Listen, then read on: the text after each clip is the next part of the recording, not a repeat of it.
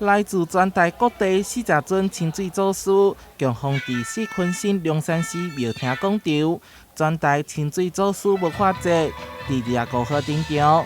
台南市副市长叶泰山、立委陈廷辉、南区区长萧秀华伫庙方主委吴志祥的陪同之下，就向参拜，祈求国泰民安。2024年清水祖师的这个文化节的活动从咱400档来做一个结合，嘛来展现着咱清水祖师的这个信用文化，是互咱所有各宫庙，尤其清水祖师咱所有这个服侍的这个宫庙，会当做伙汇聚伫咱台南共享着这个享宴。这摆活动内容丰富，唔但包含各庙师神尊之间的交流，更结合地方学校顶头兼社团的表演，让民众感受到台南独特的文化性素。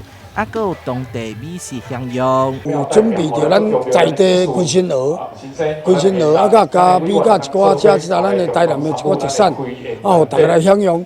祈求我讲，互大家拢会当平平安安。南区公所这几天来参庙宇，展现在地特色甲团结。